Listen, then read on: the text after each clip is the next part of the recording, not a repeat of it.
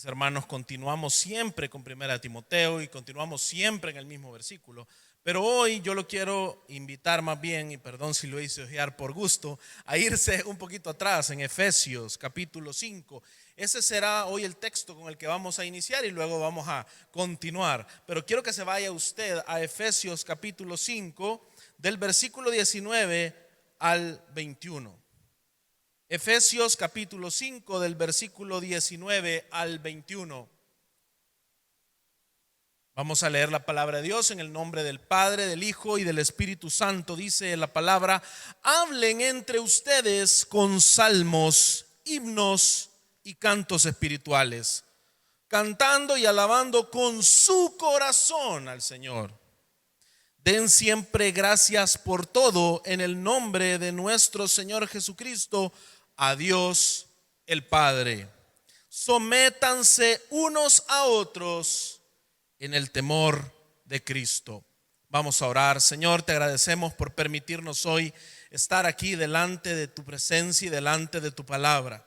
Gracias, Padre, porque nosotros estamos convencidos que en Cristo Jesús hemos sido pasados de muerte a vida. Nuestro pecado nos condenaba, nuestro pecado nos descalificaba de la gloria de Dios. Pero la ira de Dios fue derramada sobre Jesucristo el justo, y hoy nosotros disfrutamos de su justicia de tal manera que tenemos paz para con Dios, tenemos comunión con Dios. Ya no somos extranjeros, ahora somos connacionales, somos de la familia de la fe. Te agradecemos, Señor, por ese hermoso privilegio, porque en Cristo Jesús tenemos nueva vida. Y yo te pido hoy, Señor, que esa nueva vida pueda ser vitalizada por tu palabra, que esto no sea simple conocimiento. Te pido que cualquier impedimento que venga de este hombre sea hoy quitado y que tu palabra sea hoy expuesta como la palabra de verdad, como aquella palabra que puede ser recibida y puesta por obra por aquellos que son templo y morada del Espíritu Santo. Te alabamos, te bendecimos, te agradecemos. Todo lo pedimos en el nombre de tu Hijo, nuestro Señor Jesucristo. Amén. Puede tomar asiento, mi amado hermano. Ustedes se preguntarán por qué iniciamos el día de hoy, si estamos exponiendo Primera de Timoteo, leyendo Efesios capítulo 5 del 19 al 21. Bueno, hay una razón especial. El apóstol Pablo, el autor de Timoteo, por si cabe alguna duda, está exponiendo la teología de por qué en el centro de esta epístola tan importante entre las epístolas pastorales, que como ya habíamos visto, nos enseñan cómo vivir la vida de iglesia, nos dan los lineamientos para poder conducir la casa de Dios. Pero en el centro de esa teología, el apóstol Pablo inserta un himno, inserta un credo, inserta un símbolo. Nosotros podremos pensar por qué tal teología es expresada a través de un himno. El mismo apóstol Pablo nos explica que nosotros debemos hablar con salmos entre nosotros, con himnos y con cantos espirituales. No es en vano, mi hermano, que si usted abre su Biblia en medio, usted va a hallar un libro bien grandote. ¿Qué libro es? El de los salmos. Son los salmos de Jesucristo. Esos salmos están ahí y ocupan un lugar preponderante porque los salmos tienen esa importancia. Cuando Pablo dice: entre ustedes hablen con salmos, himnos y cantos espirituales, lo dice por una razón, y lo dice por el siguiente motivo: cantando y alabando con su corazón. Si ustedes se acuerdan las veces que hemos hablado acá de la ley de Dios, de cómo Israel debía obedecerla y cómo no la obedeció. La ley debió siempre ser obedecida. ¿De qué manera, mi hermano? ¿Con qué parte del ser debía ser obedecida? Con el corazón. Por ende, el cantar y el alabar al Señor con himnos y cantos espirituales es una expresión enorme de la alabanza que nace del corazón. Yo no tengo que convencerlo a usted. Si usted es ser humano, usted sabe que su país, en nuestro caso El Salvador, si usted nos ve de afuera, el país que usted quiera, a ustedes le han dicho que se ganó el tercer lugar el himno de su país, a cualquiera donde esté. Eso es cierto. Si usted es salvadoreño, si usted es uruguayo, usted es mexicano, argentino, guatemalteco, de donde sea. Toda Latinoamérica nos dijeron que nuestro himno se había ganado el tercer lugar, por detrás de la Marsellesa, y no me acuerdo cuál era el otro, y el Carbonero era el otro. Usted le han dicho eso y usted sale orgulloso. El himno del país es algo que evoca todo tipo de sentimientos de patriotismo. Cuando un hombre quiere hacer el halago más grande hacia una mujer, y si tiene el beneficio y la bendición de saber un poquito de música y tiene un poquito de talento para la composición, entonces puede componerle una canción a su amada, y ese es el punto más grande que puede haber. No estoy diciendo que las mujeres se van a convencer necesariamente por eso, ¿verdad? No estoy haciendo una regla, pero eso sería un plus enorme. ¿Por qué? Porque el cantar está íntimamente ligado, y esto es una realidad, y es una realidad reconocida en la misma palabra de Dios, el Dios que nos creó como seres que también son creativos, que también son artísticos, que cuando expresan lo más íntimo de su corazón, cantan. Imagínense qué precioso es. Es increíble, usted va a hallar que el canto es normalmente la expresión más grande de casi toda emoción. Le puedo decir que hasta para burlarse de alguien, la burla más grande es que le hagan una canción. Usted ha oído canciones que son burlas, y esa es la burla más grande. Hoy oímos mucho de eso. La gente cuando pone TikTok, ahí ponen música y son burlas, o no burlas, pues son chistes. Pero es la expresión más grande. La música, el canto, nace del corazón. Y la teología de Pablo está saliendo entonces de lo más íntimo del corazón, y por eso él decide transmitirlo, mi hermano, a través de un himno y un canto espiritual, cantando y alabando con su corazón al Señor. Y ese canto entonces nos puede llevar a dar siempre gracias por todo, en el nombre de nuestro Señor Jesucristo. ¿Por qué? Porque en estos himnos, aquel que está siendo presentado, ¿quién es? Es Cristo. En 1 Timoteo 3:16, a donde ya vamos a entrar nuevamente, quien está siendo exaltado y presentado es Cristo. Y entonces las acciones de gracias pueden ser dadas por el conocimiento de Cristo. Y nosotros podemos agradecer a Dios el Padre, porque Cristo es ese mediador entre Dios y los hombres. Lo habíamos visto también un poquito atrás. Luego está la instrucción de Pablo: sométanse unos a otros en el temor de Cristo. ¿Cómo podemos entonces vivir como iglesia sometiéndonos unos a otros? Y aquí nos está refiriendo necesariamente a un sometimiento de autoridad, sino al sometimiento del reconocimiento que todos y cada uno de nosotros somos miembros de un mismo cuerpo.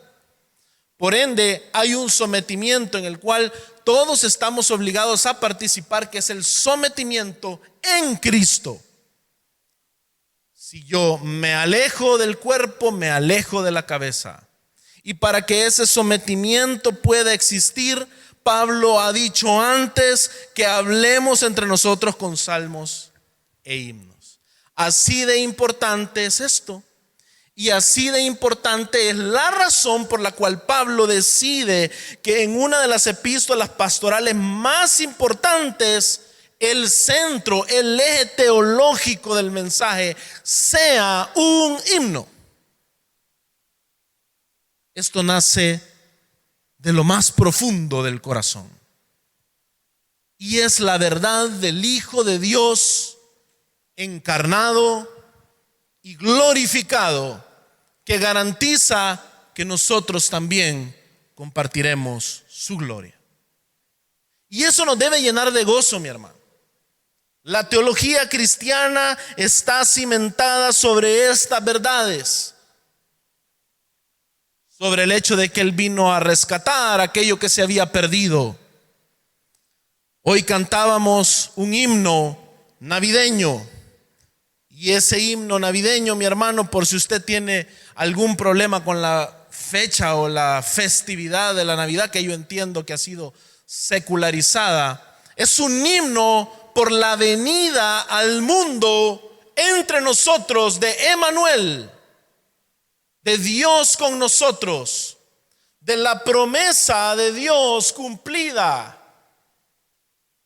para la salvación de su pueblo. Y cuando nosotros celebramos esto, estamos celebrando el hecho de que nos hemos vuelto partícipes con Cristo de esta buena nueva. No solamente es una buena nueva de hace 2000 años, y por eso es que hoy hay que meter a Santa Claus, hoy hay que meter otras cosas comerciales. Pero cuando verdaderamente en el Espíritu estamos unidos a Cristo, día a día celebramos la Navidad en unión a Cristo. Y tiempos como este se pueden volver especiales para recordar lo que inicia diciendo este precioso himno. Primera de Timoteo, capítulo 3, versículo 16, comienza diciendo: e indiscutiblemente grande es el misterio de la piedad. El misterio de la piedad, habíamos dicho, es acerca de Jesucristo, pero es acerca también de sus escogidos. ¿Cómo hombres pecadores pueden ser piadosos? ¿Cómo hombres pecadores pueden vivir en obediencia a la ley de Dios? ¿Cómo hombres pecadores pueden hacerse cercanos al Dios contra el cual han pecado? Entonces el misterio de la piedad, Pablo dice, Él fue manifestado en la carne. Y su manifestación en la carne, mi hermano, es precisamente lo que trajo a usted y a mí la esperanza eterna de salvación en la venida del Hijo de Dios al mundo, haciéndose pobre, siendo rico, viniendo en forma de siervo. Él fue vindicado en el Espíritu. Y hablábamos de esta realidad de el primer Adán y el último Adán. Veíamos, si usted se acuerda, en estas duplas, que la primera dupla nos mostraba este contraste. Jesucristo fue manifestado en la carne, pero Él no anduvo en la carne. Jesucristo fue el postrer Adán que dio muerte a las obras de la carne, vivificado por el Espíritu. Por eso nosotros hoy, en su muerte y en su resurrección, gozamos de nueva vida. Veíamos también, y usted se lleva una buena teodicea, una buena defensa de Dios y su providencia ante el hecho y su bondad ante el hecho de la existencia del mal. Veíamos que en el Edén el principal problema existía desde antes del pecado, y era el hecho de la necesidad de los hombres de la manifestación en la carne del Hijo de Dios. Si usted recuerda, lo que ocurre en el pecado es nada más la demostración de la carencia de los hombres, aún en la inocencia de Adán, sin Cristo Jesús. Porque si usted se acuerda, Adán estaba desnudo. Y si usted se acuerda, Adán solamente comía frutitas del árbol, pero él no tenía cuchillo ni tenía fuego. Por ende, él no podía hacer un asado como los que hace el pastor Marito. Entonces, la inocencia no significa gloria. La inocencia simplemente mostró que cuando los hombres no estaban en la presencia de Dios, en la ausencia de Dios, que es la forma en la que a Agustín le gusta ponerlo. Esa ausencia de Dios produce que los hombres elijan el pecado. Entonces, aunque usted sabe que Dios ha decretado todas las cosas, hoy con un entendimiento correcto de lo que sucedió en el Edén, usted entiende que Dios no es el autor del mal. Nuestros padres, Adán y Eva, pecaron porque estaban necesitados ¿de quién? De Jesucristo. Jesucristo ha sido la respuesta aún antes del pecado. Y el pecado lo vino a confirmar, mi hermano. Por ende, Jesucristo, el último Adán, es manifestado en la carne, pero Él no obra en la carne, sino que Él es vindicado en el Espíritu. ¿Por qué? Porque Él fue aquel que anduvo en el Espíritu y no satisfizo los deseos de la carne. Por eso Él fructificó de acuerdo al Espíritu. Usted dirá, pero eso parece lo que Pablo nos dice a nosotros allá por Gálatas, capítulo 5. ¿Y usted cree que Pablo se lo dice porque usted puede? Pablo se lo dice a usted porque Cristo lo hizo primero. Y porque Cristo lo hizo primero, Pablo lo aconseja a usted. ¿Se da cuenta el orden? Usted puede andar en el Espíritu porque el primer Adán, dice en 1 Corintios 15, fue alma viviente. El último Adán, espíritu que da vida. El único que puede dar vida es el último Adán, Jesucristo, su Salvador y mi Salvador. Y por eso usted puede andar en una nueva vida. Usted también puede participar de la vindicación en el Espíritu, de la cual participó Cristo Jesús una vez encarnado. La siguiente dupla dice: contemplado por ángeles, proclamado entre las naciones. Y hablábamos que esta contemplación por los ángeles pudiera ser confusa, porque alguno podría decir: ¿y qué está hablando aquí Pablo? Es más, por eso a veces corremos cuando leemos este texto, porque es como, bueno, leamos esto rapidito y vámonos al 4 porque aquí está difícil.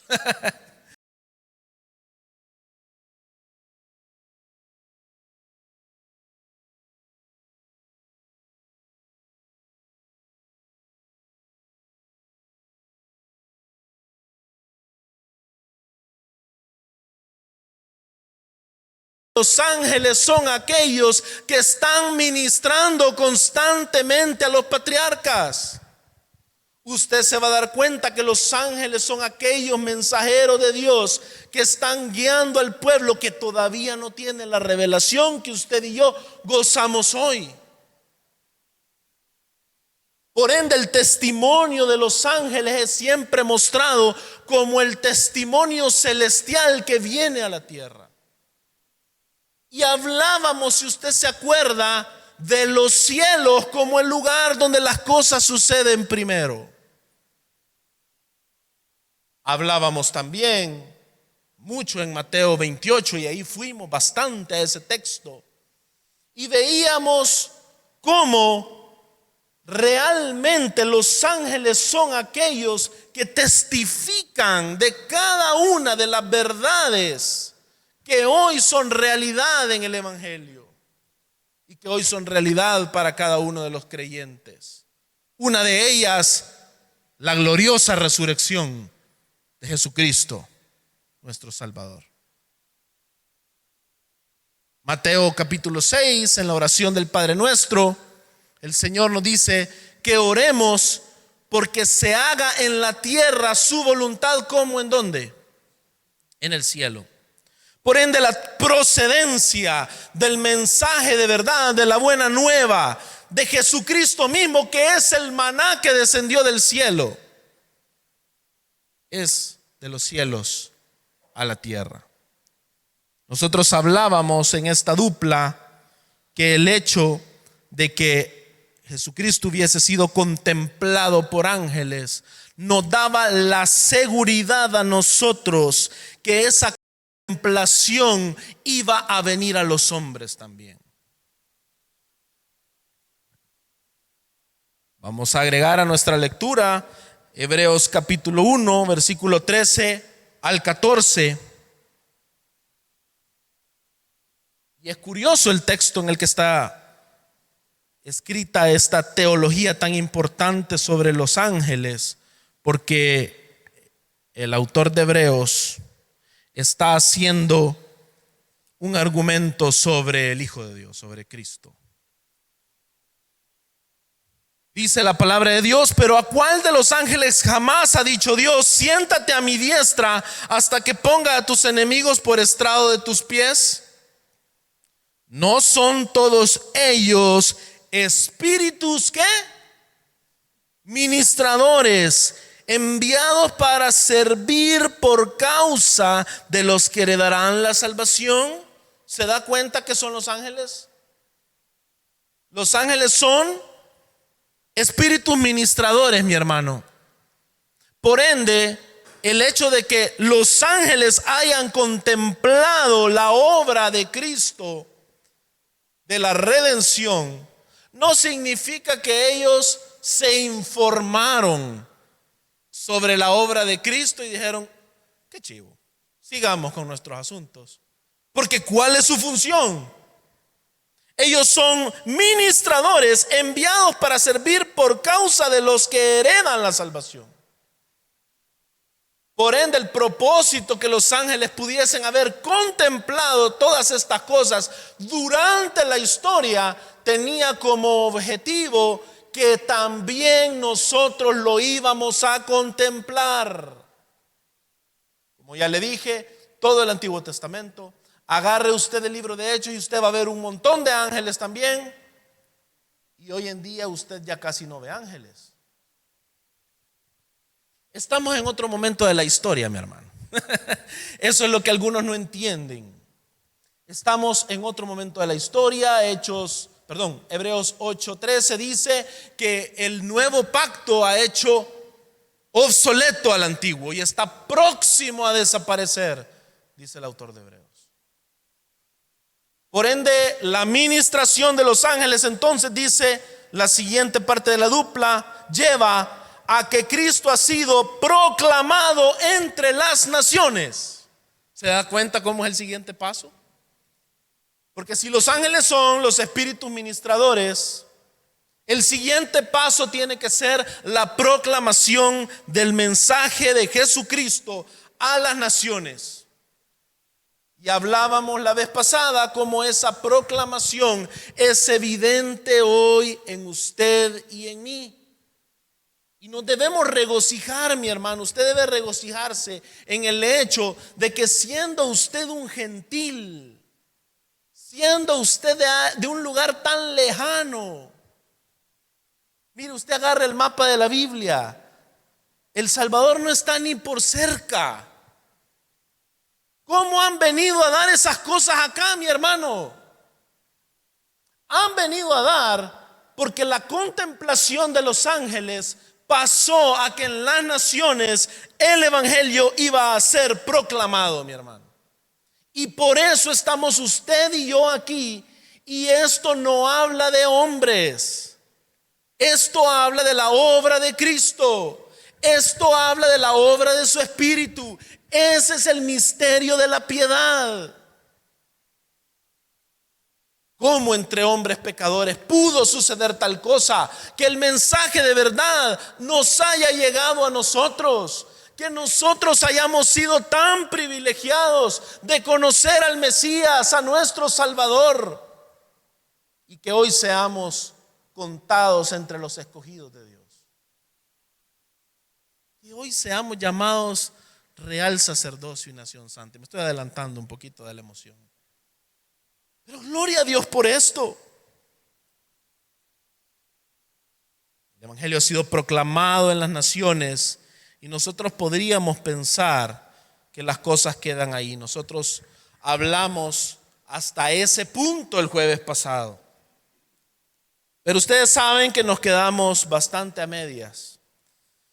La siguiente dupla dice: creído en el mundo, recibido arriba en gloria.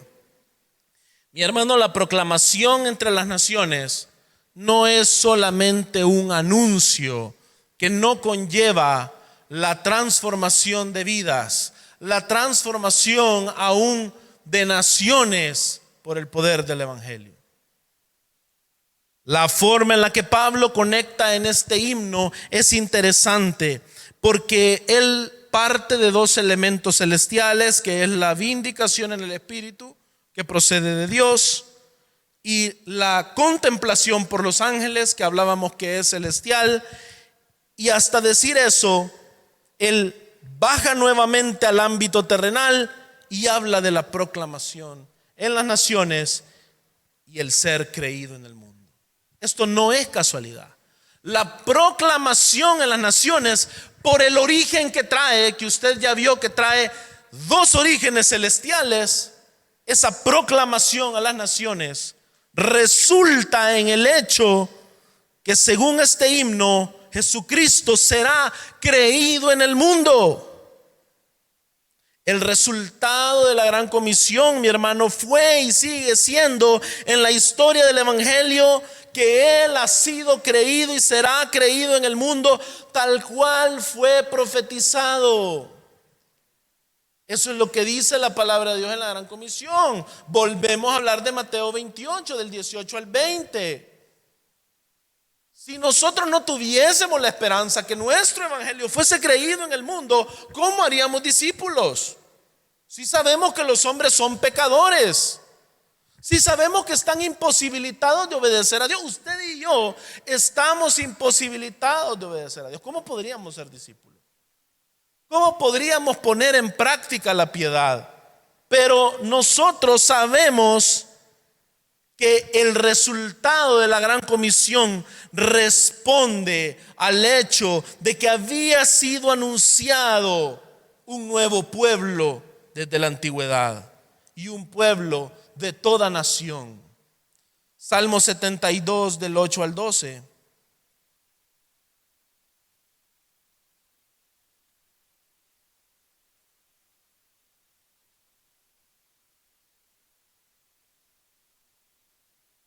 Y aquí no importa, mi hermano, cuál es su postura escatológica, esto va a suceder. Salmo 72 del 8 al 12 dice: domine Él de mar a mar y desde el río Éufrates hasta los confines de la tierra. Y aquí estamos nosotros, ¿verdad? Bien extraviados. Dobléguense ante Él los moradores del desierto y sus enemigos laman el polvo. Los reyes de Tarsis y de las islas traigan presentes. Los reyes de Sabá y de Seba ofrezcan tributo y póstrense ante Él todos los reyes de la tierra. Sírvanle todas las naciones, porque Él librará al necesitado cuando clame, también al afligido y al que no tiene quien lo auxilie.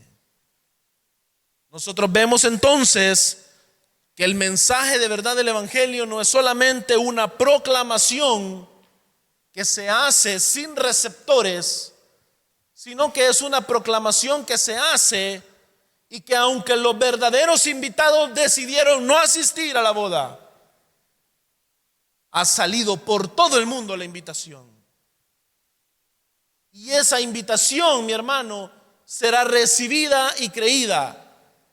Y ese es el motivo por el cual usted la ha recibido y la ha creído. Y ese es el motivo por el cual usted puede tener la esperanza que su predicación va a ser eficaz, mi hermano. Aun cuando usted le rechacen el mensaje de verdad, usted debe entender que usted está siendo fiel al anuncio eficaz del evangelio. El rechazo del evangelio no significa fracaso.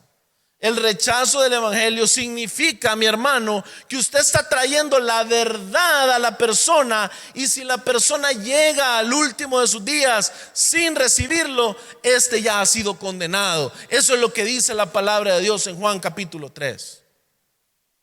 Pero la predicación del evangelio es 100% eficaz y separa las ovejas de los cabritos. Pero el Señor tiene un rebaño, y ese rebaño lo va a recoger completo.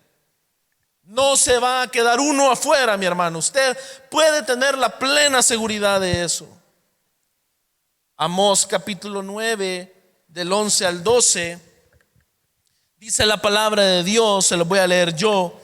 En aquel día levantaré el tabernáculo caído de David, repararé sus brechas, levantaré sus ruinas y lo reedificaré como en el tiempo pasado, para que tomen posesión del remanente de Edom y de todas las naciones donde se invoca a mi nombre, declara el Señor que hace esto. El tabernáculo es el lugar de la genuina adoración. Y es interesante que este texto no es citado en ningún otro contexto más que en el contexto de la iglesia. Hechos capítulo 15, del 12 al 18, en el contexto de todo este tumulto del concilio de Jerusalén. Fíjense lo que dice Hechos 15, del 12 al 18. Toda la multitud hizo silencio y escuchaban a Bernabé y a Pablo, que relataban las señales y prodigios que Dios había hecho entre los gentiles por medio de ellos. Cuando terminaron de hablar, Jacobo tomó la palabra y dijo: escúchenme, hermanos. Simón ha relatado cómo Dios al principio tuvo a bien tomar de entre los gentiles un pueblo para su nombre. Y con esto concuerdan las palabras de los profetas, tal como está escrito: después de esto volveré y reedificaré el tabernáculo de David que ha caído, y reedificaré sus ruinas y lo levantaré de nuevo, para que el resto de los hombres busque al Señor, y todos los gentiles que son llamados por mi nombre, dice el Señor, que hace saber esto desde tiempos antiguos. ¿Se da cuenta? Jacobo cita la profecía de Amós y dice: lo que ha atestiguado Simón y lo que nos ha relatado es el cumplimiento de que el tabernáculo caído de David será restaurado. Y por eso usted y yo somos hombres de todas las naciones que buscamos al Señor. Y Pablo lo reitera en este canto tan cercano al corazón: creído en el mundo. El hecho que Cristo Jesús haya sido creído en el mundo está íntimamente conectado con la siguiente dupla. Cristo ha sido, mi hermano, no solamente creído en el mundo, sino recibido arriba en gloria. Si usted se da cuenta, la forma en la que este corito viene es manifestado en la carne, vindicado en el espíritu, contemplado por ángeles, proclamado en las naciones, creído en el mundo, recibido arriba en gloria. Es como una especie de escalerita así y con un piquito al final. Esa es la estructura que lleva. El hecho de que la proclamación entre las naciones haya conducido a la fe que usted y yo tenemos, tiene un motivo, mi hermano. Y el motivo, sabemos, es la obra de Cristo. Y como yo les decía la vez pasada, este es un texto bien curioso, porque es un texto en el cual el evangelio y la piedad son explicados sin hablar explícitamente de la muerte y resurrección de Cristo. Y alguno podría decir: pochica, pero ¿cómo puede ser este el misterio de la piedad si ni siquiera habla de esos elementos tan importantes? Usted tiene que entender que de la obra de la redención, el punto más importante que ya atestiguamos y que no hemos atestiguado, el mayor, que es su segunda venida, Pero el punto más grande que hemos atestiguado es que Cristo Jesús ha sido recibido arriba en gloria. Y cuando el cristianismo, mi hermano, es separado de esta realidad, o esta realidad no es entendida correctamente, nos quedamos con un Cristo que se fue a saber por qué. ¿Y por qué se fue? A que anduviera con nosotros ayudándonos. ¿Cuál es el objetivo que se haya ido? Pues mire, vamos a estudiar hoy qué significa que Cristo haya sido recibido arriba en gloria. Cristo Jesús es recibido arriba en gloria, acorde a lo que dice Isaías 53, del 10 al 12. Se los voy a leer yo. Dice: pero quiso el Señor quebrantarlo, sometiéndolo a padecimiento, cuando Él se entregue a sí mismo como ofrenda de expiación. ¿Se da cuenta? Sí está muy conectada a la muerte de Cristo. El hecho que Pablo no lo utilice explícitamente no significa que la está omitiendo. Verá a su descendencia, ahí está la resurrección. Prolongará sus días, ahí está la resurrección. Y la voluntad del Señor en su mano prosperará. Debido a la angustia de su alma, Él lo verá y quedará satisfecho. Por su conocimiento, el justo, mi siervo, justificará a muchos. Ahí estamos nosotros, deleites en el Señor. Y cargará las iniquidades de ellos. Ahí estamos nosotros también. Por tanto, yo le daré parte con los grandes. Aquí viene la exaltación. Y con lo fuerte repartirá despojos, porque derramó su alma hasta la muerte, y con los transgresores fue contado. Llevó el pecado de muchos e intercedió por los transgresores. Fíjese qué interesante. Dios dice: por tanto yo le daré parte con los grandes. Esa es la exaltación real de este siervo sufriente. Efesios capítulo 4 lo describe como que Él llevó a un gran número de cautivos y que luego dio dones a los hombres. Eso, mi hermano, es la ascensión de Cristo. Cuando Cristo asciende es exaltado. Y en Mateo 28 se nos dice que recibe toda potestad, y otras versiones dicen toda autoridad en los cielos y en la tierra. Eso es increíblemente relevante para usted y yo, y para nuestra obra en la vida cristiana y en la evangelización. Filipenses 2 del 9 al 11. Este es Pablo echándose otro corito teológico, pero aquí viene ya con la segunda parte. El sermón anterior vimos la primera y hoy viene la segunda. Entonces aquí ya viene el resultado de la humillación.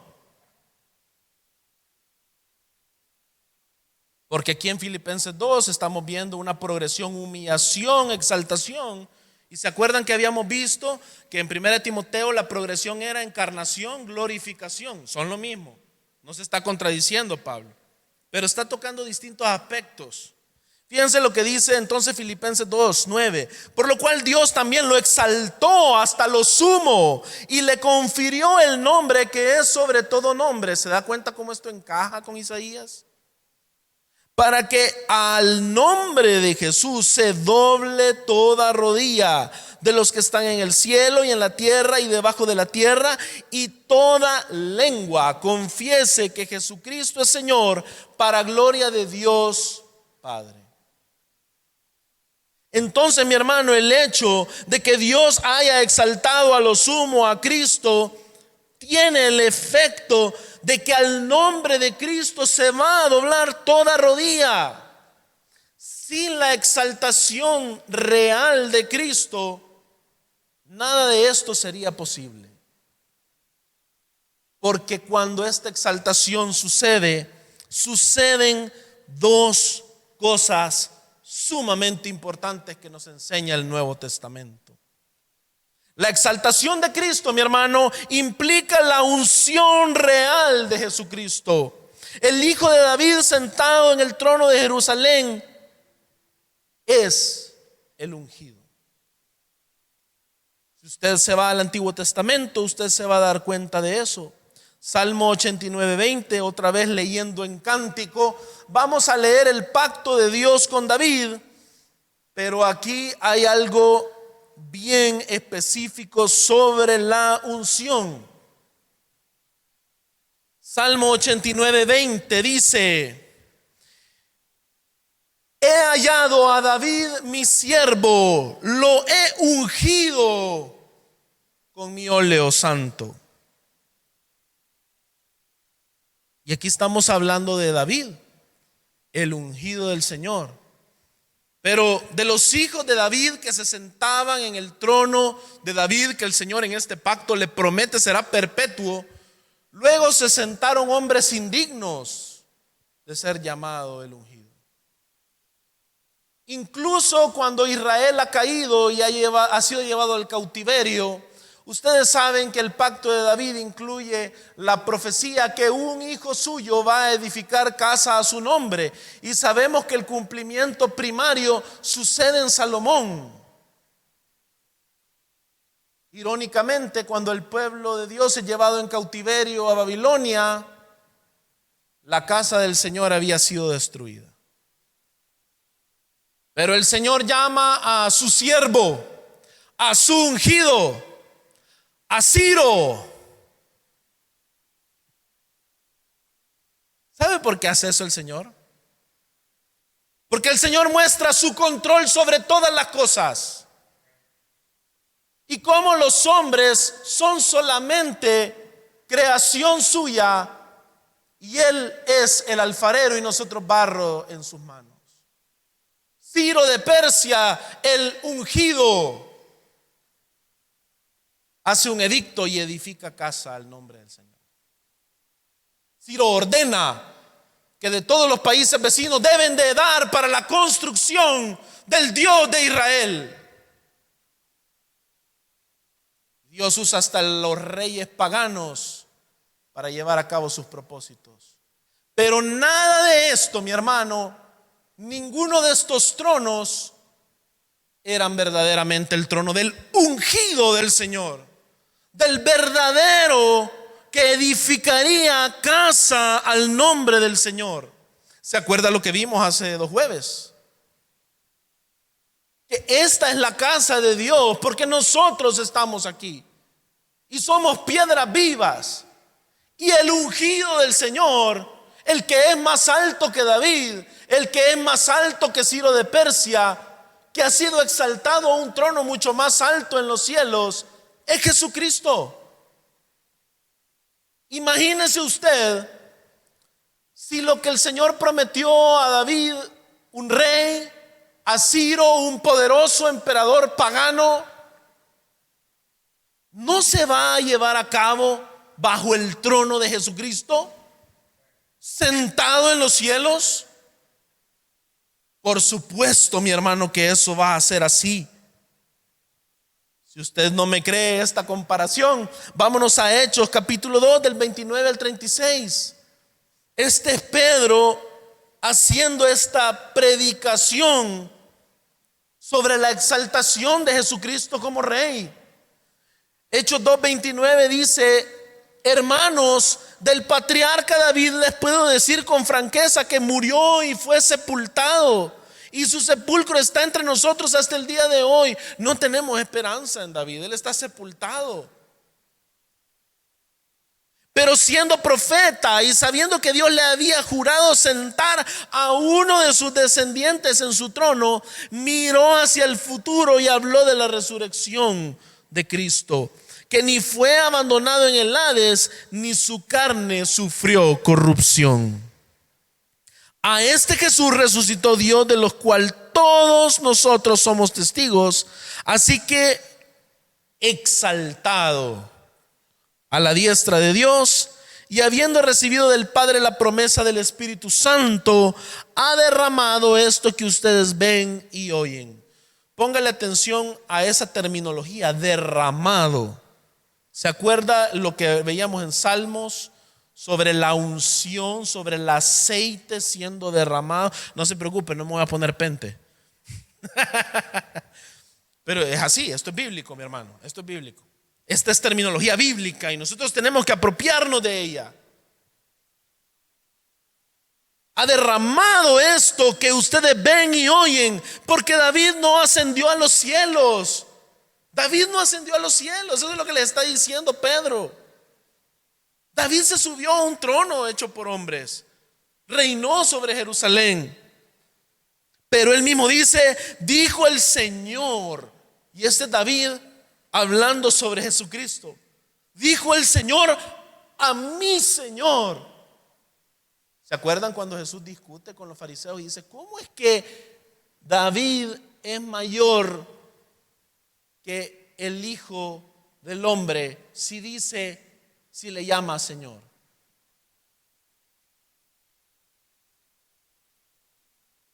Dijo el Señor a mi Señor, siéntate a mi diestra hasta que ponga a tus enemigos por estrado de tus pies. Sepa pues con certeza toda la casa de Israel que a este Jesús a quien ustedes crucificaron, humillación, aquí va la secuencia de Filipenses, humillación, ustedes lo crucificaron, lo humillaron. Dios lo ha hecho ¿qué? Señor y Cristo. Lo ha hecho el Rey, lo ha hecho su ungido, lo ha hecho el Mesías. Este es aquel que ha sido exaltado y en quien descansa toda nuestra esperanza. Sobre la altura de los tronos, Hebreos 12:22 dice, haciendo un contraste con la Jerusalén donde reinó David, fíjese a dónde se ha acercado usted y a qué trono se ha acercado usted. Ustedes, en cambio, se han acercado al monte Sión y a la ciudad del Dios vivo, a la Jerusalén celestial, a miríadas de ángeles. El contraste es impresionante. Nosotros nos hemos acercado a un rey que reina en un trono más alto que el de David. Y por eso su edicto de edificación de casa al Señor será llevado a cabo. Y por eso está siendo llevado a cabo en el mundo, pero sobre todo, mi hermano, está siendo llevado a cabo en su corazón. Porque el Señor es Señor suyo. Usted también es una persona que, si verdaderamente ha creído el Evangelio, usted de todo corazón está siendo formado en la palabra. Usted está siendo edificado como un creyente bíblico. Usted está comenzando a cambiar. La gente en su entorno lo está empezando a ver y mira a alguien diferente al mundo. Usted está siendo obediente.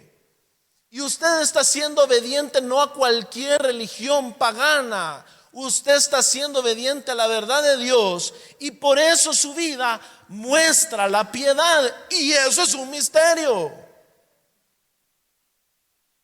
Porque Cristo ha sido exaltado. Todo lo que usted vive, mi hermano, en la vida cristiana, su santificación, su lucha con el pecado, su evangelización de aquellos hermanos que necesitan oír la palabra de Dios, tiene sentido porque viene de un edicto real.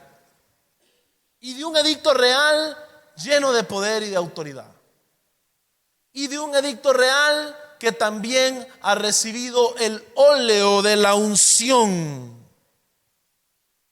Pero no me quiero adelantar. La exaltación de Cristo implica unción también, pero una unción sacerdotal. Jesucristo es el sumo sacerdote en los cielos, mi hermano. Imagínense qué belleza. Números capítulo 3, versículo 3 dice la palabra de Dios.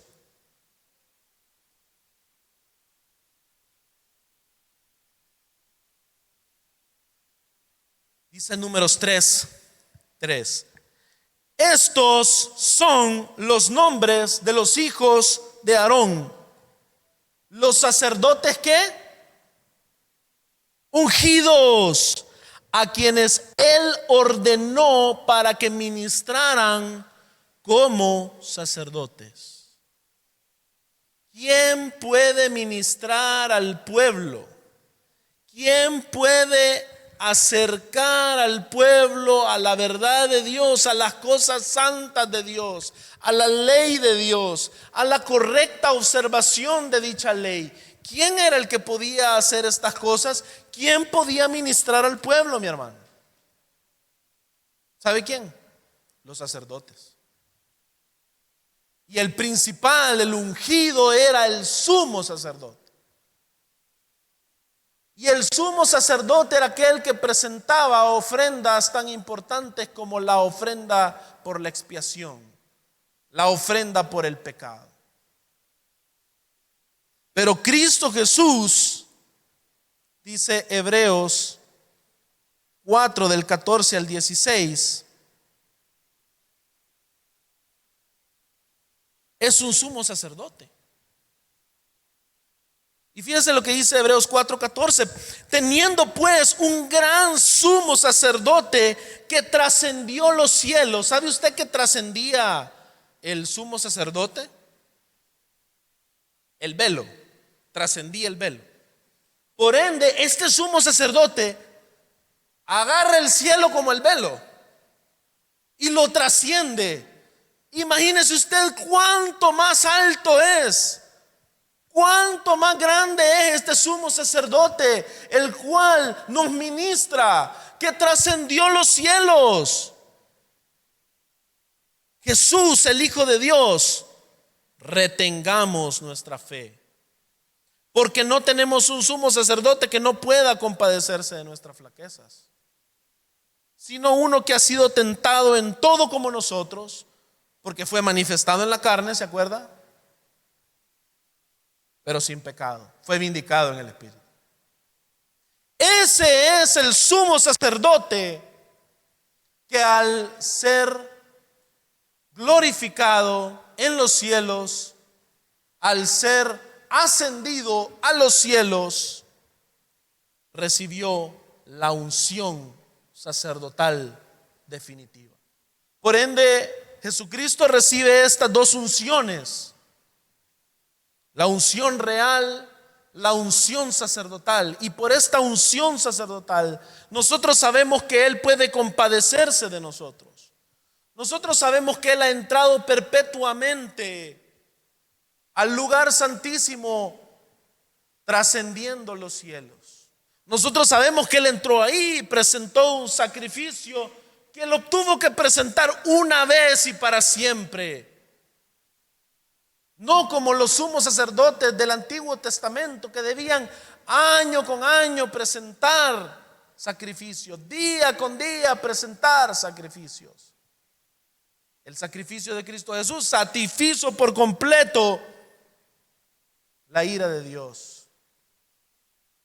Fue un sacrificio perfecto por usted y por mí, mi hermano. Y esto es hermoso. Pero esto de nada serviría si no lo traemos a usted y a mí, mi hermano. Porque como ya hemos dicho hasta el cansancio, el misterio de la piedad es el misterio de Cristo, pero es el misterio de su iglesia. Y entonces su iglesia se hace partícipe de todas estas realidades. La unción, que me estuve deteniendo un poquito a hablar más de ella, es uno de esos aspectos. Y aquí es donde a veces nos ponemos nerviosos, porque pensamos que estamos hablando de algo necesariamente místico. Pero usted, mi hermano, si está en Cristo, usted ha sido ungido. Y su unción es en la participación de la unción de Cristo. Los creyentes somos partícipes del misterio de la piedad, porque el aceite de la unción, de la exaltación de Cristo, mi hermano, descendió de la cabeza al cuerpo. Los salmos, ¿se acuerdan que comenzamos diciendo que tratan de Jesucristo, tratan de Jesús. Nos vamos entonces a Salmos 133 del 1 al 3. Y quiero que usted lea este salmo y se deleite en este salmo. Y se den cuenta el contexto en el que usted y yo estamos. Y pueda aplicarlo inmediatamente a su vida. Dice el Salmo 133, 1: miren cuán bueno y cuán agradable es que los hermanos habiten juntos en armonía. De entrada, lo que es bueno y lo que es agradable es que los hermanos habiten juntos en armonía, mi hermano. Y aquí entramos al mandato de congregarnos, al mandato de amarnos, al mandato de también ser santificados en la verdad, en amor, los unos con los otros. Dice que esto de habitar los hermanos juntos en armonía, mire cómo es. Es como el óleo precioso sobre la cabeza. El óleo precioso, el aceite precioso sobre la cabeza, el cual desciende sobre la barba. Por eso, hermano, usted tiene que dejar barba, es bíblico. Mentira. Pero aquí está, mire. Menos mal tenía barbarón, si no nos perdemos de este. Dice, el cual desciende sobre la barba de Aarón, que desciende ¿hasta dónde? Hasta el borde de las vestiduras. Es decir, Aarón recibe la unción en su cabeza y esta desciende hasta el borde. Y usted sabe a quién representa Aarón como sacerdote. Acabamos de leer. Es como el rocío del Hermón que desciende sobre los montes de Sión. ¿Quiénes se han acercado al monte de Sión según Hebreos? Nosotros, usted y yo. Porque allí mandó el Señor la bendición, la vida para siempre. Mi hermano, porque la cabeza ha recibido el impartimiento del aceite del Espíritu, lo ha recibido el cuerpo. Descendió completo, bañó hasta los bordes de la vestidura. Si usted se siente que usted es el peor, el más insignificante de los cristianos, hasta ahí llegó el aceite, hasta ahí llegó la unción. No hay un pedacito donde no haya llegado. Y usted la ha recibido así como la recibió la cabeza. Porque la recibió la cabeza, la recibe el cuerpo. Y entonces se hace esta analogía. Es como el rocío del Hermón que desciende sobre los montes de Sión, donde habita el pueblo de Dios. ¿Dónde está usted, mi hermano? Por ende usted es partícipe de esto. Y por ende usted, lleno del Espíritu, puede vivir una vida nueva.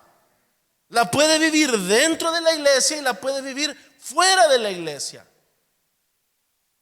Aquellos que son autoridad pueden ser aquella autoridad que es irreprensible como el Señor manda que sea, que es un buen testimonio para el resto de los hermanos. Y aquellos que no son autoridad, primero saben reconocer la autoridad del Señor y también saben tener buenos ejemplos en aquellos que están en autoridad. Y volverse ellos también como los que están en autoridad. Todo esto, mi hermano, es lo que debemos hacer nosotros y me preocupa, pero me alegra. Porque es hacia donde debemos ir como iglesia. Un camino hacia la santidad, porque no tenemos excusas. Si en verdad somos partícipes de Cristo, somos partícipes de que el aceite descendió desde la cabeza hasta el borde de las vestiduras. Y ahí está usted, mi hermano, y ahí estoy yo.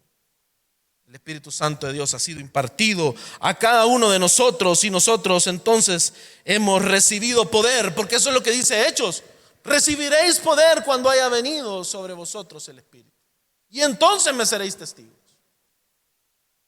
Primera de Pedro 2:9 dice: pero ustedes son linaje escogido. Esto usted ya se lo puede. Ustedes son linaje escogido, real ¿qué? Sacerdocio. Y aquí se mezcla la fórmula, la realeza y el sacerdocio. nación santa, pueblo adquirido por Dios para posesión de Dios, a fin de que anuncien las virtudes de aquel. Pero ¿cuál es el fin? ¿Por qué Dios nos ha adquirido? Para que nos vengamos aquí a meter así. Aquí estamos, los escogidos de Dios, y pongámonos como tortuguita.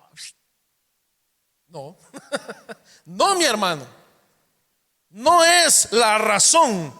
¿Cuál es el fin? A fin de que anuncien.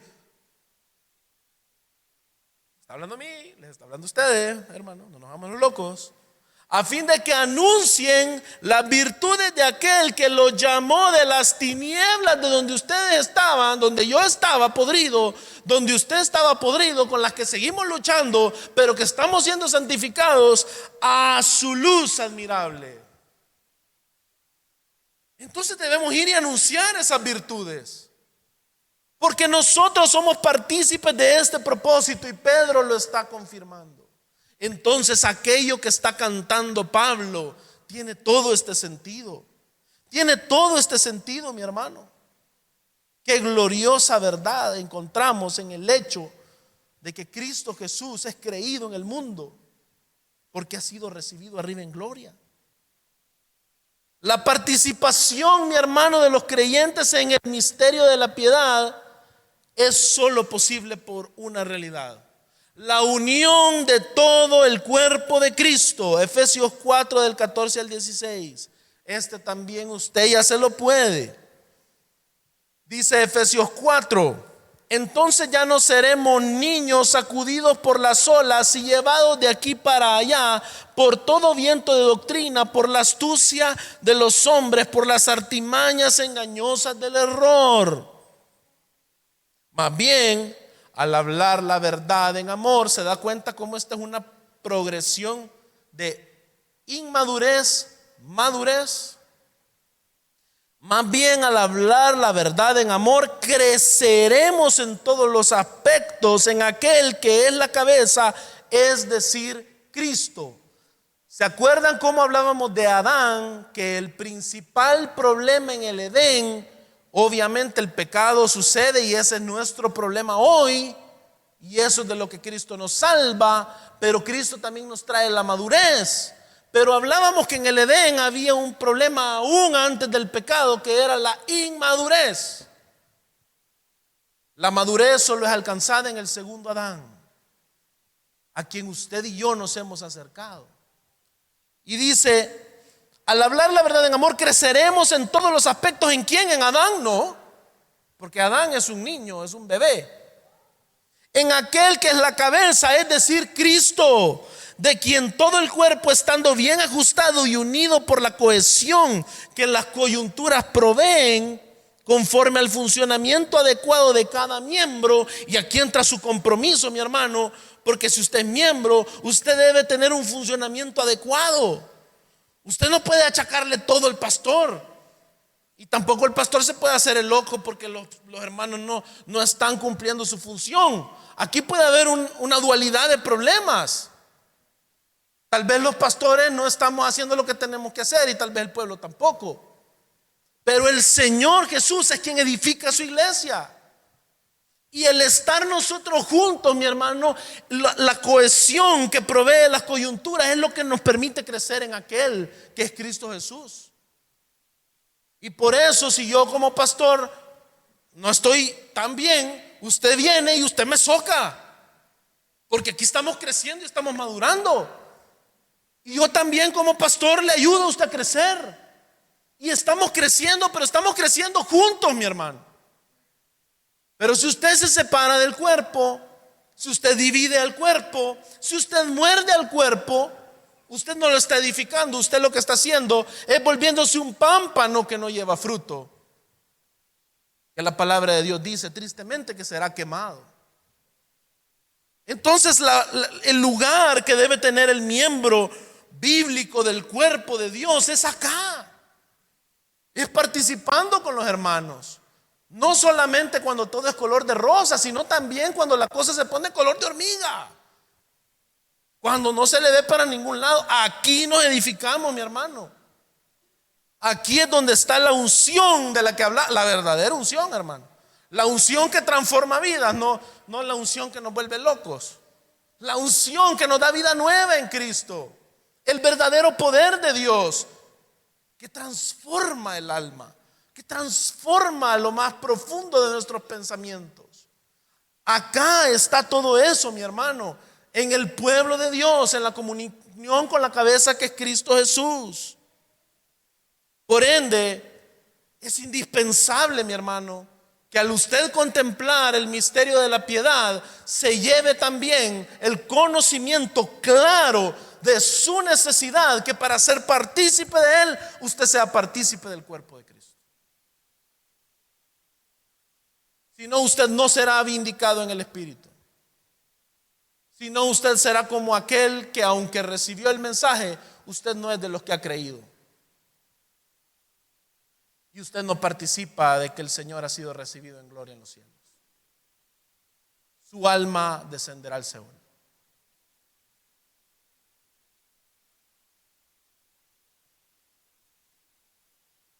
Pero es importante que creamos esto, porque yo sé que nosotros no somos de esos.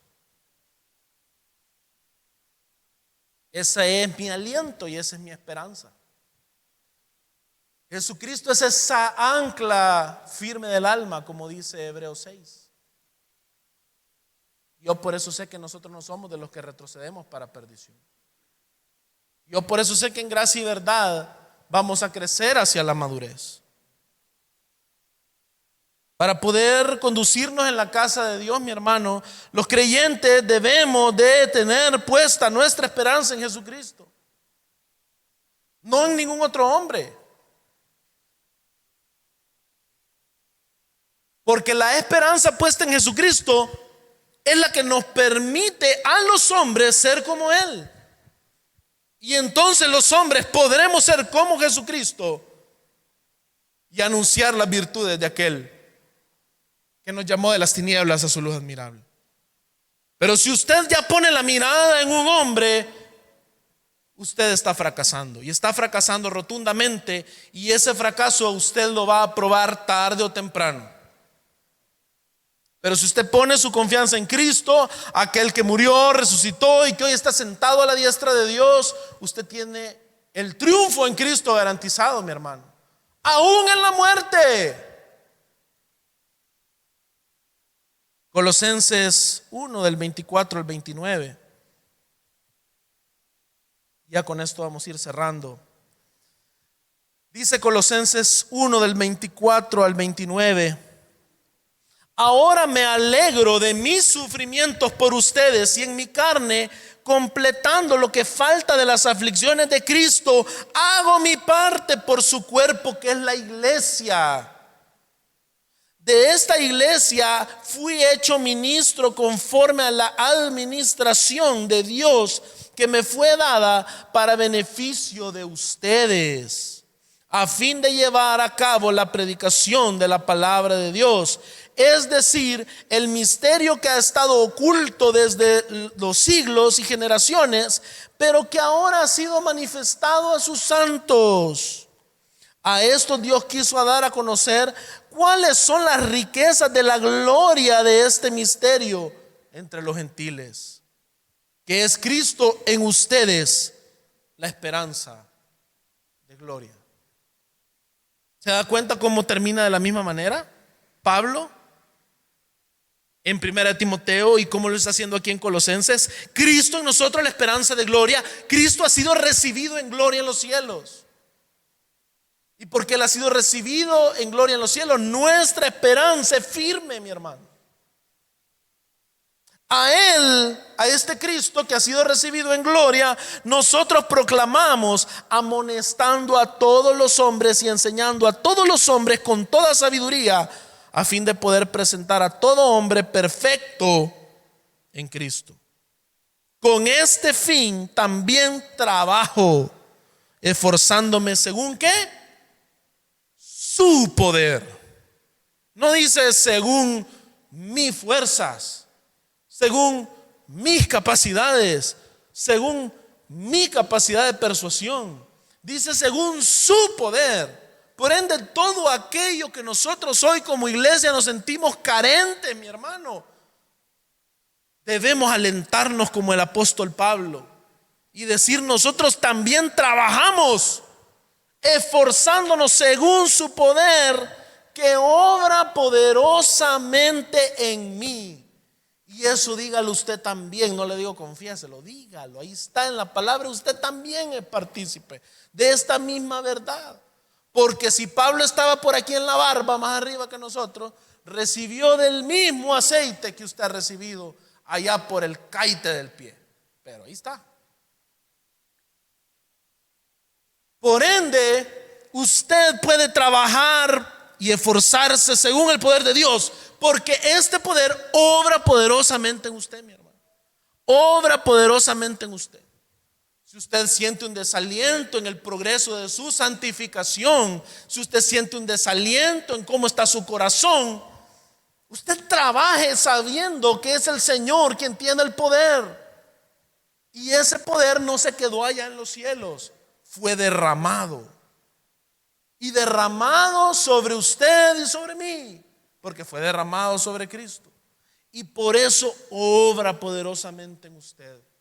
Mi hermano, el misterio de la piedad ha sido no solamente sobre Jesucristo, sino sobre todo Cristo. Cristo nuestra cabeza y nosotros su cuerpo. Por ende, la glorificación que en esta vida no va a ser posible, espera por nosotros el día final. Pero usted y yo, mi hermano, como anuncio de esa glorificación, estamos siendo santificados. Y cada día hay más gloria, cada día del creyente hay más gloria, mi hermano. Porque ese es el anuncio fiel con el cual Dios muestra las virtudes de Cristo al mundo. Y porque un día seremos glorificados el día final, nosotros podemos confiar que nuestra santificación irá de gloria en gloria y de poder en poder, entendido correctamente. Qué hermoso es estudiar la palabra. Qué hermoso es alentarnos en esta verdad tan trascendental que Pablo decide poner en la mitad de la primera epístola a Timoteo. ¿Por qué? Porque Jesucristo manifestado en la carne y vindicado por el Espíritu es la única razón, mi hermano, por la cual hombres pecadores y destituidos de la gloria de Dios pueden ser salvos de condenación y vivir justa y piadosamente. Ahí estamos usted y yo.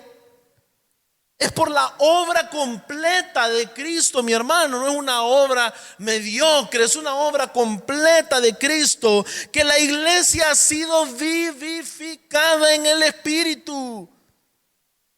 Y lo es para mostrar, mi hermano, en los siglos venideros las sobreabundantes riquezas de su gracia. Por eso, mi hermano, usted puede estar confiado que lo que aquí estamos hablando, que lo que aquí estamos estudiando tiene sentido, es verdad, se ha hecho realidad en Cristo Jesús. Y porque se ha hecho realidad en Cristo Jesús, la voluntad de Dios se hará en la tierra como en los cielos, a través de la iglesia y a través de usted y de mí. Vamos a orar. Señor Padre Celestial, te agradecemos por permitirnos estudiar tu palabra, por permitirnos venir a ella, Señor, con diligencia, con amor, con un deseo de adquirir de ella la sabiduría que hay en Cristo Jesús. Yo te pido, Padre Santo, que nada de lo que hoy hemos hablado se quede nada más, Señor, en las mentes, sino, Padre, que podamos ir y actuar, Señor, en nuestra práctica, en nuestra diaria manera de vivir. Ayúdanos, Señor, que ese misterio de la piedad derramado por medio del Espíritu Santo también en nosotros, la iglesia, pueda ser realidad en nuestras vidas. Lo podamos ver en gracia y verdad, y lo podamos ver también, Señor, como el anuncio del Evangelio hacia el mundo entero. Guíanos como iglesia, llénanos cada día de tu Espíritu, Señor, que tu palabra sea nuestra guía y nuestro sostén. Que Cristo sea nuestra única esperanza y que podamos vivir vidas dignas de tu evangelio. Mi esperanza está en Jesús, solo en su sangre y rectitud, solo en su nombre mi confianza yo pondré. Al no poder su rostro ver, descansaré en su gracia fiel. En la tormenta mi ancla firme está en él. En Cristo la roca fuerte, firme estaré de pie. Todo lo demás arena es. En Cristo la roca fuerte, firme estaré de pie. Todo lo demás arena es. Gloria a ti, Señor. Qué hermoso es cantar las verdades del evangelio. Verdades que salen del alma. Cristo es nuestra roca. Gloria a ti, Señor. Te alabamos, te bendecimos, te agradecemos por este tiempo. En el nombre de Jesús. Amén.